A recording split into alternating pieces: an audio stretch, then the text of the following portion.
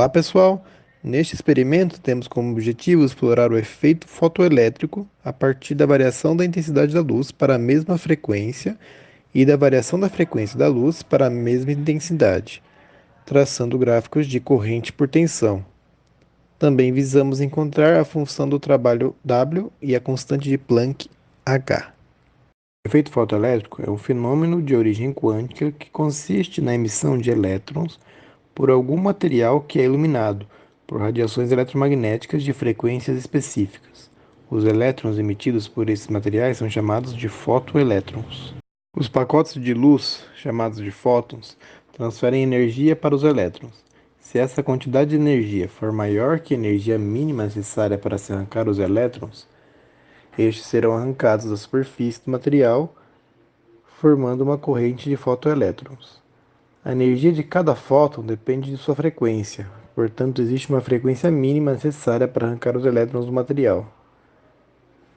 A energia mínima que cada fóton deve ter para promover o efeito fotoelétrico é chamada de função trabalho, e a equação é E igual a constante de Planck vezes a frequência. No experimento, quando o cátodo é iluminado, ele emite elétrons de sua superfície pela absorção de energia da luz incidente, e uma corrente começa a fluir entre o cátodo e o anodo, mesmo que a tensão entre seus terminais seja igual a zero. Utilizamos neste experimento como fonte de luz uma lâmpada de vapor de mercúrio, que emite em vários comprimentos de onda, um fotodiodo, filtros específicos aos quais pode-se selecionar individualmente as linhas monocromáticas de emissão do mercúrio, ou seja, para diferentes frequências de luz, e capas de abertura com diferentes diâmetros. Utilizada também uma fonte integrada ao sistema de medida de baixa corrente, Photoelectric Effect Apparatus, que permite tanto aplicar voltagem de aceleração e de freamento, quanto medir a fotocorrente correspondente. Primeiramente, medimos o efeito da variação da intensidade da luz para a mesma frequência. Para isso, utilizamos o filtro de 436 nanômetros fixo, ou seja, a mesma frequência. Medimos a partir disso o comportamento da corrente por tensão para 3 diferentes capas de abertura, 2 mm, 4 mm e 8 mm, ou seja, diferentes intensidades. A partir dos dados coletados, foi possível traçar estas 3 curvas de I por V. Lembrando que, para este experimento, a tensão foi variada de -2 a 30 volts. Como se pode observar, para uma mesma frequência, a tensão de freamento, potencial de freamento, sempre tende ao mesmo valor, ou seja, Vf não depende da intensidade. Outro fenômeno que se observa é que a intensidade, na realidade, apenas altera o valor da corrente medida para um mesmo valor de tensão. Em seguida, medimos o efeito da variação da frequência da luz para a mesma intensidade. Para isso, mantivemos a capa com abertura de 4 mm, ou seja, a mesma intensidade de luz. E depois, medimos a partir disso o comportamento de corrente por tensão para 3 diferentes filtros, 436 nanômetros, 546 nanômetros e 577 nanômetros, ou seja, 3 diferentes frequências. A partir desses novos dados coletados, foi possível traçar outras 3 curvas I por V. Lembrando que, para este experimento, a tensão foi variada de -2 a 30 volts. Considerando que a energia que a onda transporta é uma função da frequência, E igual a hf, diferentes comprimentos de onda geram diferentes curvas, sendo que quanto menor o comprimento de onda, maior a frequência. Tal fato é evidenciado pelo gráfico de 436 nanômetros, no qual a taxa de crescimento da corrente é muito maior à medida que se eleva a tensão, enquanto que a taxa para 577 nanômetros é muito menor. O que se observa é que as tensões de freamento, potenciais de freamento, possuem valor semelhante para correntes próximas a I igual a 0 amperes, uma vez que os comprimentos de onda possuem valores muito próximos e muito pequenos.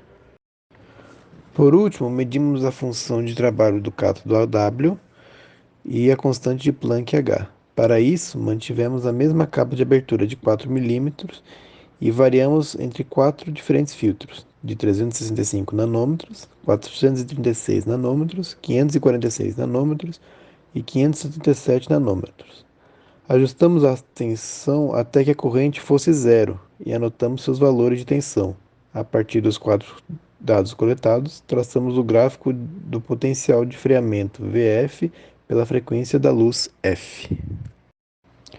Considerando que a constante de Planck e a carga do elétron são constantes, a única possível fonte de erro está na frequência ou na função de trabalho. Sabe-se que a frequência é calculada pelo quociente entre a velocidade da luz e o comprimento de onda, ou seja, o erro está neste caso relacionado com a aproximação da frequência dada pela fonte de luz. Já ao considerar o erro dado pela função de trabalho, deve-se explorar a fórmula e ver que a função trabalho será dada pela constante de Planck multiplicada por F0, a frequência mínima necessária a ser aplicada no elétron de um determinado metal para que ocorra efeito fotoelétrico. Em outras palavras, o erro associado a VF pode estar associado a F0, uma vez que não há um critério ideal para se observar o valor exato, apenas aproximações. Considerando que a tensão de freamento VF é uma função praticamente exclusiva da frequência F e da função de trabalho W, sabe-se que o gráfico VF por F será sempre uma reta. Seu coeficiente linear é dado pela constante de Planck sobre a carga do elétron e é linear pelo trabalho sobre a carga do elétron. Nesse caso, portanto, para um cátodo de outro material, apenas o coeficiente linear se altera, tendo-se em vista que a constante de Planck sobre elétron é constante universal. Qualquer gráfico de VF por F de um cátodo terá sempre a mesma inclinação em relação ao eixo x, uma vez que F depende do comprimento de onda utilizado, ou seja, a cor. Tendo-se em vista que a energia necessária para retirar elétrons do cátodo depende do material utilizado, isto é, depende da localização do elétron, pois para cada posição será requisitada mais ou menos energia para que ele possa saltar para a camada superior. Lembrando sempre que os pacotes de energia responsáveis por tal fenômeno são sempre quantizados em múltiplos do número inteiro. Qualquer gráfico, portanto, terá a mesma natureza de que for obtido experimentalmente, alterando apenas o valor pela qual a reta corta o eixo y. Uma mera observação é que, como a velocidade da luz é uma constante, para obter o valor de f, deve-se calcular o quociente entre a velocidade da luz e o comprimento de onda da cor incidente sobre o cátodo.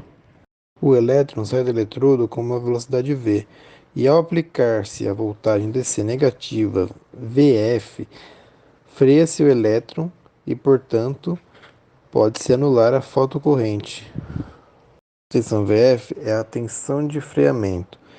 E a partir dela, ao alcançar um valor negativo correto, é possível anular a fotocorrente. A partir do gráfico, uma função linear, comparamos o coeficiente linear e angular ao trabalho sobre a carga do elétron e a constante de Planck sobre a carga do elétron, ou seja, dividimos ambos os coeficientes pela carga do elétron e a partir disso foi possível extrair os valores da função de trabalho do cátodo, 2,422 vezes 10 a menos 19 Joule, e da constante de Planck, 6,568 vezes 10 a menos 34 Joule segundo, a qual é muito próxima de seu valor teórico.